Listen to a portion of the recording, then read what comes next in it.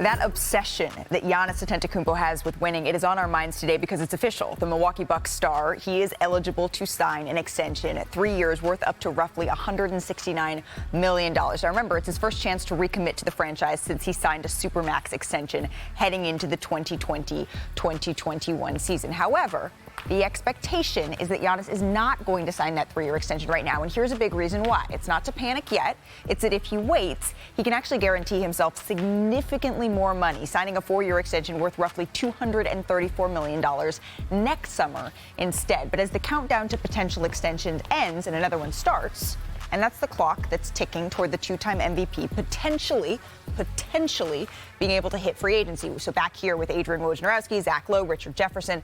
Woj, how are those around the league viewing these talks right now between Giannis Antetokounmpo and the Milwaukee Bucks? Hey, listen, the possibility of a player like Giannis Antetokounmpo becoming available, it creates a frenzy around the league, behind closed doors. Certainly the chance that and he certainly signaled it, but I think the chance that he could be available next year, that he could ask out. Certainly people are reading a lot into his comments, but listen, there are 7 or 8 players in this league that at all times you are on notice as an organization. One bad season, one injury, one bad trade, and all of a sudden you face the possibility of this player wanting to be somewhere else. Listen, I don't think an organization in this league has done a better job over the last several years than John Horst, their general manager, has done putting the pieces around Giannis Antetokounmpo, the right fits around him. Here's the question: if you're Giannis and you're looking forward, Drew Holiday, 33 years old, Chris Middleton coming off injuries, 32, Brook Lopez, 35 years old. How do you, with Giannis at 28, still in his prime and still MVP caliber years left, how do you reshape this roster long term? Golden State, they had 2 years where a year where they were in the lottery, they got high picks. It allowed them to get assets and reshape that roster. Would Giannis have the patience to do that at 30 years old, 31? Those are the challenges for the Bucks right now. Right. It all comes down to winning for Giannis. And we know that John Horst and the Milwaukee Bucks, that's on their mind certainly as well. But Richard, this is exactly what Giannis said, right? He said, quote, "I'm a Milwaukee Buck, but most importantly, I'm a winner. So if there is a better situation for me to win the Larry O'Brien, I have to take that better situation." That is what he said.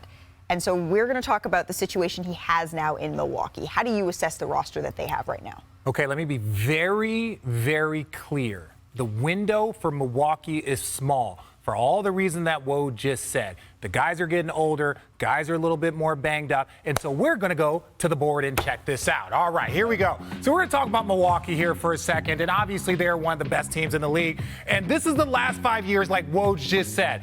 They finished first, third, first. So if it's about winning, it doesn't look like there's a better place to be than Milwaukee. And the year that they finished third, they won a championship. So for Giannis to say, hey, listen, I want to win. Is it that you want to win? Because ultimately, your guys just need to perform in the postseason. That's been the knock on Milwaukee. That's been a knock on Giannis until they won that championship. So if they don't perform in the postseason, all of this is wasted. But I will say this. And I'll ask you, Zach, is there a place in the league that he can go that would look like this at minute he showed up there?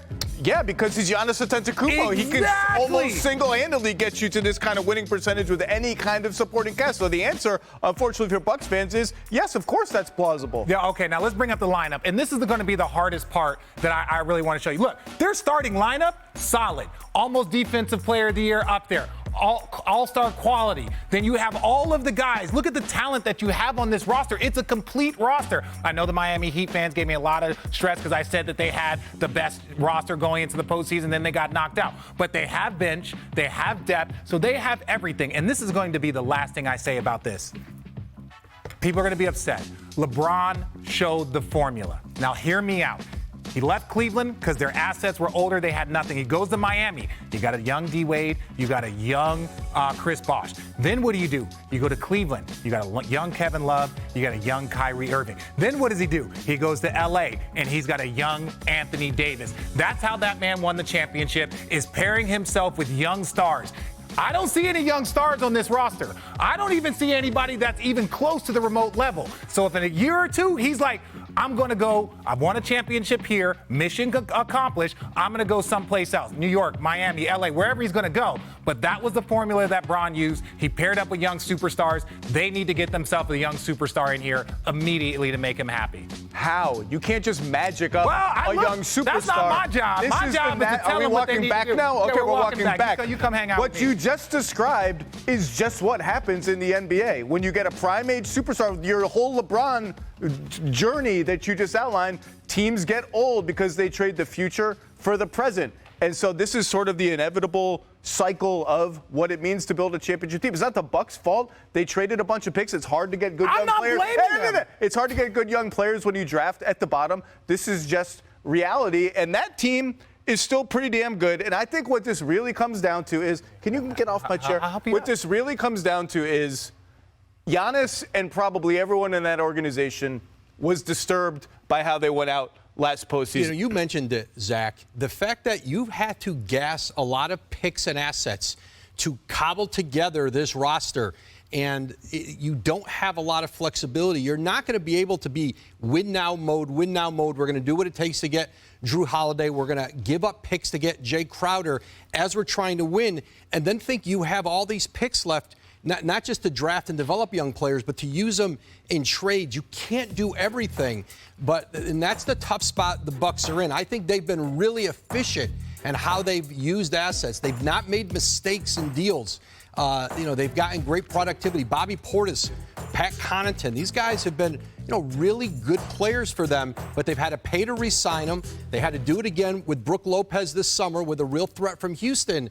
And there comes a point where you may have to take a step back to take a couple forward again, and that's where you sometimes get into trouble with a superstar player who sees perhaps an opportunity elsewhere to walk right into a situation and be winning again without haste. So let's boil this down to its simplest form as we say hello once again to Brian Windhorst. Brian, Giannis, the next time that he puts pen to paper, if you are reading the tea leaves, it will be either a contract in Milwaukee or will it be elsewhere?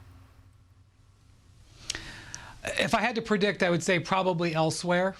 And the reason is because the league is not designed to support one team contending at the highest level for this long.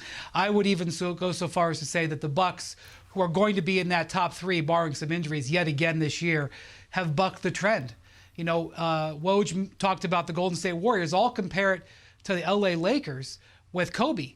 Even in that run, over 20 years, Kobe got so frustrated that he asked for a trade at one point, and the only way they were able to get their sort of second wind was because they were able to go through the draft and trading of young players, the Andrew Bynum and then flopping Kwame Brown for Pau Gasol.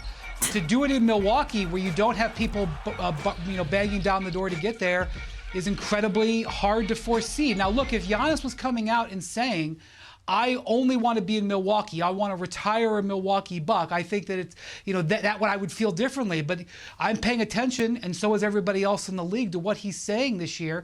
And the rules even got harder to keep your championship team. Every single time around, the teams are reformatting the rules to break up dynasty teams. That's not supposed to target a place like Milwaukee. It's supposed to target a place like LA. But the Bucks are the ones that are going to have to deal with the consequences of that, because these new rules make it even harder on them as a potential multiple-time taxpayer going forward. Really quickly, Brian said a lot, and it's all accurate. Basically, this is what I hear. If the Bucks don't go to the conference finals or finals next year, there is a high probability that Giannis will not re-sign with them. Like Brian, I will say, if I had to predict, and I do not want to, I would say to the pen on paper question, elsewhere. Only because, to Richard's point, if it's not a finals appearance this year, if it's some resolution to the season that has Giannis questioning what this team can do, he becomes an expiring contract effectively. And I actually think the Bucks at that point would have to look at the market for him. Here's what the Bucks and Milwaukee do have going for them. Giannis does not like change in any part of his life. And that's still a factor you have to take into this when it comes a moment of truth to say, I'm going to walk away from this place.